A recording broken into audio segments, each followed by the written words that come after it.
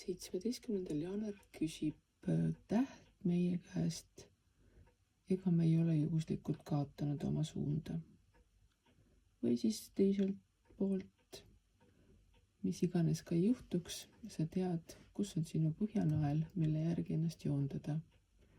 Võib-olla sa oled tulnud läbi mingisugusest probleemist ja selle juures aitab sind alati see, et kui sa vaatad õhtul öötaevasse ja näed seal tähti, siis need ütlevad, et meie oleme alati siin.